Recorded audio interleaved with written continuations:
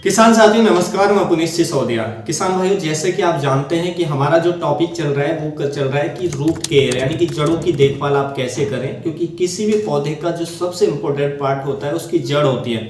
जड़ों को आपने अगर हेल्दी रख लेते हैं तो आपको ज़्यादातर जो प्रोडक्शन है वो बहुत अच्छा देखने को मिलेगा, फसल आपको हेल्दी देखने को मिलेगी, कीट व रोगों का अटैक भी उस पर कम देखने को मिलेगा। तो रूट्स क्योंकि सबसे इम्पोर्टेंट पार्ट है तो उन पर हमें ज़्यादा ध्यान देने की आवश्यकता है। हम आपको पिछले तीन टॉपिक में हम बता चुके हैं कि पहले टॉपिक में हमने बताया कौन से बेस्ट फर्टिलाइजर हैं, खाद हैं जिनको आप डाल सकते हैं जिससे जड़ों का विकास अच्छा होता है। दूसरे टॉपिक में हम आपको बेस्ट पीजीआर बता चुके हैं जो रूट के अच्छे विकास के लिए बेहद इंपॉर्टेंट होते हैं। तीसरे टॉपिक में हम आपको बता चुके हैं कि कौन से बेस्ट फंजीसाइड हैं जो जड़ गलन को रोकते हैं। रूट रॉट जो आता है हमारी फसलों में तो उसको रोकने के लिए कौन से बेस्ट फंजीसाइड हैं तो वो भी हम आपको बता चुके हैं। लेकिन आज के इस टॉपिक में हम बात करेंगे कीटों की, यानी कि कौन से कीट हैं जो हमारी फसलों की जड़ों को नुकसान पहुंचाते हैं, उन कीटों को आप कैसे कंट्रोल करेंगे, कौन से बेस्ट इंसेक्टिसाइड है। और देखिए साथ में हम ये भी जानेंगे कि अब जो हम कीटनाशक बताएंगे उनको कौन कौन से फंजीसाइड के साथ आप मिक्स कर सकते हैं ताकि जो फफूंदीनाशक और कीटनाशक को एक साथ ड्रिंच किया जा सके, जिससे आप जो फंगस आपके फसलों में आ रही है, कीट आ रहे हैं, उन दोनों को आप रोक सके। तो हम कॉम्बिनेशन भी इस वीडियो में जानेंगे। वीडियो हमेशा की तरह इंफॉर्मेटिव होगा, अच्छा लगे तो लाइक कर दीजिएगा और इसको ज्यादा से ज्यादा शेयर भी कीजिएगा। तो चलिए जानते हैं प्लांट्स की रूट्स को नुकसान पहुंचाने वाले कीट कौन कौन से कीट हैं। पहले नंबर पे आता है हमारा नेमाटोड। नेमाटोड की बहुत बड़ी समस्या रहती है यदि आप सब्जियों की खेती करते हैं, वेजिटेबल्स के किसान हैं, तो नेमाटोड्स बहुत ज्यादा नुकसान पहुंचाता है हमारी फसलों की जड़ों को। ये क्या काम करता है, फसलों की जड़ों में घुस जाता है, वहां पे अंडे देता है जिससे जड़ों में गांठें पड़ जाती हैं और जड़ जो है वो खोखली हो जाती हैं। जब जड़ खोखली हो जाती है तो न्यूट्रिशन पानी लेना बंद कर देती हैं, जिसकी वजह से या तो पौधा एकदम आपको विल्टिंग जैसा देखेगा, यानी कि मुरझाया हुआ देखेगा, पौधे की जो ग्रोथ है वो एकदम रुक जाती है क्योंकि उसे न्यूट्रिशन यानी कि पोषक तत्व नहीं मिल रहे हैं, पानी नहीं मिल रहा है, तो ग्रोथ एकदम रुक जाती है। पौधे में पीलापन भी आपको देखने को मिल सकता है। तो जब आप उसकी रूट्स को, जड़ों को निकाल कर देखेंगे तो वहां पे गांठें दिखाई देंगी, तो समझ जाइए नेमाटोड्स का अटैक है। तो हमें नेमाटोड्स को कंट्रोल करने के लिए जो केमिकल है वो हमें देने हैं। कौन कौन से केमिकल है वो हम आगे बात करेंगे। दूसरा जो कीट नुकसान पहुंचाता है हमारी फसलों की जड़ों को वो है हमारा रूट मैगोट। रूट मैगोट क्या होता है, एक लार्वा होता है व्हाइट कलर का जो हमारी फसलों की जड़ों को खा जाता है, खा करके नुकसान पहुंचाता है। तो ये भी बहुत बड़े पैमाने पर जो हमारी फसलों की जड़ है उनको नुकसान पहुंचाता है। तो रूट मैगोट का अटैक है तो कौन कौन से इंसेक्टिसाइड है जो आप दे सकते हैं वो भी हम जानेंगे। तीसरा जो हमारी फसलों को जो कीट सबसे ज्यादा नुकसान पहुंचाता है, जैसा आप मानते हैं, देखिए मैं उस कीट को नहीं मानता हूं कि वो हमारी फसलों की जड़ों को नुकसान पहुंचाता है। क्यों नहीं मानता हूं ये भी मैं आपको बताऊंगा। तीसरा है टर्माइट यानी कि दीमक। दीमक को बहुत सारे किसान भाई एक समस्या मानते हैं, लेकिन जहां तक मैंने अनुभव किया है, देखिए मैं बहुत पिछले लंबे समय से 2015-16 से मैं एग्रीकल्चर में हूं और मैं बहुत सारी वेजिटेबल्स हम यहाँ पे कर रहे हैं, तो उसमें आज तक मैंने किसी भी प्लांट्स की रूट्स में टर्माइट यानी कि दीमक का मैंने अटैक नहीं देखा है। मैंने कोई पौधा ऐसा नहीं देखा है कि वो जीवित हो, यानी कि पौधा सजीव हो, उसकी जड़ हेल्दी हो और उसमें दीमक यानी कि टर्माइट का अटैक हो गया हो जिसकी वजह से हमारी जड़ नुकसान में गई हो या जो जड़ बेकार हुई हो। हाँ, यदि आपका पौधा पहले से सूख चुका है तो उसकी जो जड़ है वो भी सूख गई होंगी, सीधी सी बात है। तो ऐसी जड़ों पर जो टर्माइट है वो अटैक करती है उसको डिकम्पोज करने के लिए। लेकिन कभी भी जो जीवित सेल हैं उनको मैंने खाते नहीं देखा है। अब आपके बहुत सारे किसान भाई मुझे ये कमेंट कर सकते हैं कि जो बड़े बड़े पौधे होते हैं एकदम सजीव होते हैं, पौधा हरा भरा रहता है, लेकिन हमने उसके तने पर भी दीमक का अटैक देखा है। देखिए जो बड़े पौधे होते हैं उसमें कभी कभी क्या होता है कि ऊपर की जो छाल होती है, ऊपर की जो तना होता है वो कभी कभी उसकी छाल वो डेड हो जाती है, उसकी जो सेल्स हैं वो डेड हो जाती है, तो उस पर दीमक का अटैक होता है। दीमक उसको खाती है केवल डेड सेल को, उसकी भी जो लाइव सेल है, जीवित कोशिकाएं हैं, उन पर दीमक नहीं खाती है। ये मेरा अनुभव है। आप यदि टर्माइट को मानते हैं एक समस्या तो मैं इसके लिए भी आपको दवाई बताऊंगा, तो आप उनको ड्रेंचिंग कर सकते हैं। तो हम ये तीन कीट हैं जो हमारी फसलों को नुकसान पहुंचाते हैं, जड़ों को खा करके डैमेज करते हैं। तो सबसे पहले की हम बात करते हैं नेमाटोड्स की। देखिए नेमाटोड्स को हमें आने से पहले रोकना चाहिए। एक बार आ जाता है तो फिर हमारी फसल बेकार हो जाती है, फिर इसको बिल्कुल क्योर नहीं किया जा सकता है, फिर तो जड़ डैमेज हो जाती है। इसलिए हमें, यदि आपके खेत में नेमाटोड की समस्या है तो कोशिश करें कि प्रिवेंटिव में हम ड्रिंच दें जिससे नेमाटोड्स ना आए। तो देखिए, नेमाटोड्स को कंट्रोल करने के लिए कुछ केमिकल हैं। पहला हमारा आता है फिप्रोनिल, जो आता है हमारा 5% SC फॉर्मुलेशन में। तो देखिए, फिप्रोनिल क्यों बहुत ही अच्छा काम करता है प्रिवेंटिव में नेमाटोड्स को कंट्रोल करने के लिए, यानी कि नेमेटिसाइडल प्रॉपर्टीज इसके अंदर होती हैं। तो ये एक इंसेक्टिसाइड है जो उसमें नेमेटिसाइडल प्रॉपर्टीज पाई जाती है, तो आप इसका ड्रिंच देंगे तो ये प्रिवेंट करता है नेमाटोड्स को। हमने इसका यूज किया है, काफी अच्छे रिजल्ट मिलते हैं प्रिवेंटिव में। तो आप इसका उपयोग कर सकते हैं। नेमाटोड्स अगर आपके खेत में आता है तो आप इसको दे सकते हैं। देखिए, सभी इंसेक्टिसाइड को कौन सी स्टेज में देना है वो भी हम आगे बात करेंगे, सबके बारे में सेमी स्टेज में देना है तो हम आपको बताएंगे बाद में।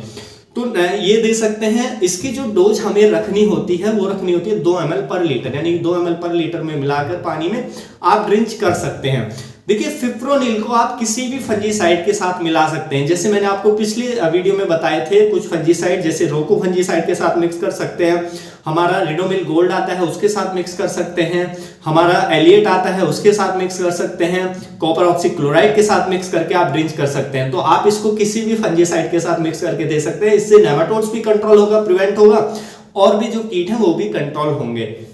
तो एक फिप्रोनिल आप ड्रिंच कर सकते हैं यदि नेमाटोड्स की समस्या है। दूसरा, नेमाटोड्स के लिए हमारा आता है एक जो फोरेट आता है, कार्बोफ्यूरॉन आता है, तो आप इसको भी डाल सकते हैं। दानेदार होता है तो इसको आप जड़ों में दे देते हैं, तो इससे भी नेमाटोड्स कंट्रोल होता है, यानी प्रिवेंट होता है। नेमाटोड्स इसकी स्मेल से नहीं आते हैं, तो काफी अच्छे काम करते हैं। लेकिन जो फोरेट है और कार्बोफ्यूरॉन है, ये हमारी मिट्टी के अंदर जाकर के जो केंचुआ हैं उनको बहुत बुरा नुकसान पहुंचाते हैं, उनको बहुत उनके लिए नुकसानदेह होते हैं। तो इसलिए आप फोरेट का, कार्बोफ्यूरॉन का उपयोग ना करें तो ठीक है। अगर उससे अच्छा है कि आप जो हमारा फिप्रोनिल है उसका ड्रिंच करें। उसके साथ साथ यदि आपके खेत में आपको लगता है कि नहीं, मेरे खेत के अंदर ज्यादा समस्या है नेमाटोड्स की, हर बार मेरे खेत के अंदर आता है, तो फिर आता है बायर कंपनी का वेलम प्राइम। वेलम प्राइम बहुत अच्छा काम करता है, जो स्पेशली बनाया गया है नेमाटोड्स को कंट्रोल करने के लिए। जो रूट नॉट नेमाटोड्स आता है उसको कंट्रोल करने के लिए, तो आप इसका ड्रिंच दे सकते हैं। इसकी जो डोज हमें रखनी होती है वो रखनी होती है ड्रिंचिंग में 250 से 300 ml पर एकड़। 1 एकड़ में आप दे सकते हैं और फसलों की जड़ों में ड्रिंच कर दें। आने से पहले ही इसका भी आपको ड्रिंच करना है, तो फिर आपको नेमाटोड्स की समस्या देखने को नहीं मिलेगी उस फसल के अंदर। तो ये काफी अच्छे हैं। उसके साथ साथ यदि आप ऑर्गेनिक में चाहते हैं नेमाटोड्स कंट्रोल के लिए, तो हमारा आता है नीम ऑयल। नीम ऑयल बहुत अच्छा काम करता है, बहुत ही अच्छी इसके साथ अंदर नेमेटिसाइडल प्रॉपर्टीज होती हैं, तो आप नीम ऑयल का भी यूज ड्रिंचिंग में कर सकते हैं, और इसको भी आप किसी भी फंजीसाइड के साथ मिक्स करके ड्रिंच दे सकते हैं। नीम ऑयल की डोज डिपेंड करती है आप कितने ppm का लेते हैं, तो उसके ऊपर ही जो नीम ऑयल की वो डोज है वो डिपेंड करेगी। तो ये तो हो गया हमारा नेमाटोड्स कंट्रोल के लिए जो इंसेक्टिसाइड है। दूसरा चलते हैं, हमारा है रूट मैगोट। रूट मैगोट को कंट्रोल करने के लिए कौन से बेस्ट इंसेक्टिसाइड है जो आप ड्रिंच कर सकते हैं? पहला फिप्रोनिल। फिप्रोनिल से आपका एक तो जो हमारा रूट मैगोट है वो भी कंट्रोल होगा, और जो नेमाटोड है वो भी प्रिवेंट होगा। तो ये दोनों कॉमन काम करता है, और फिप्रोनिल को आप किसी भी फंजीसाइड के साथ मिक्स करके ड्रिंच दे सकते हैं। तो फिप्रोनिल भी अच्छे से काम करेगा, ड्रिंचिंग में दे सकते हैं। दूसरा आता है हमारा जो आता है थायामेथोक्साम एक्टारा के नाम से। थायामेथोक्साम का भी आप ड्रिंच कर सकते हैं, ये भी रूट मैगोट को कंट्रोल करता है। तो फिप्रोनिल की डोज मैंने आपको बता दी कि डोज क्या रखनी है, उसकी रखनी है 2 ml पर लीटर, और जो हमारा थायामेथोक्साम है इसकी डोज ड्रिंचिंग में रखनी है आपको 0.75 ml पर एकड़, यानी कि 150 ग्राम को पर एकड़ के लिए आप यूज कर सकते हैं ड्रिंचिंग में, 150 ग्राम मात्रा एक्टारा की। तो ये रूट मैगोट को अच्छे से कंट्रोल करेगा। उसके साथ साथ नीम ऑयल। नीम ऑयल आपका कॉमन सभी में काम करेगा, चाहे वो टर्माइट हो, चाहे आपका नेमाटोड हो, चाहे रूट मैगोट हो। तो ऑर्गेनिक खेती करते हैं तो आप नीम ऑयल का ड्रिंच ले सकते हैं। फिर से वही कहूंगा, नीम ऑयल की डोज डिपेंड करेगी कि आप कितने ppm का नीम ऑयल ले रहे हैं, तो उसी के हिसाब से आपको उसका ड्रिंच देना है। और नीम ऑयल को भी आप किसी भी फंजीसाइड के साथ मिक्स कर सकते हैं। और उसी तरीके से जो हमारा थायामेथोक्साम है एक्टारा के नाम से, इसको भी आप किसी भी फंजीसाइड के साथ मिक्स करके ड्रिंच दे सकते हैं, चाहे आपका रोको फंजीसाइड है, चाहे आपका एलिएट फंजीसाइड है, चाहे आपका रिडोमिल गोल्ड है। बहुत से किसान भाई कमेंट कर रहे थे क्या हम सांप का यूज कर सकते हैं, तो सांप भी बहुत अच्छा काम करता है रूट रॉट में, जड़ गलन में। तो आप रूट रॉट के लिए पिछले जो मैंने वीडियो बनाया था उस पर कमेंट किया था, तो हाँ आप सांप का भी यूज कर सकते हैं और सांप के साथ भी इनमें से किसी भी कीटनाशक को मिक्स करके आप ड्रिंचिंग में दे सकते हैं। तो ये हो जाएगा, फिर हमारा जो रूट मैगोट है वो भी आपका कंट्रोल हो जाएगा। तीसरा आता है टर्माइट। टर्माइट को यदि आप समस्या मानते हैं तो टर्माइट के लिए जो हमारा थायोमेथोक्साम है बहुत अच्छा काम करता है, आप उसी का ड्रिंच दे सकते हैं। या फिर एक कॉन्फिडोर आता है, कॉन्फिडोर का भी ड्रिंच आप दे सकते हैं। कॉन्फिडोर की जो डोज रखनी है वो भी आपको इतनी रखनी है, 0.5 ml पर एकड़ के हिसाब से आप रख सकते हैं, 100 ml को 0.5 ml पर लीटर के हिसाब से आप ड्रिंच कर सकते हैं, यानी कि 100 ml को 1 एकड़ में ड्रिंच कर सकते हैं।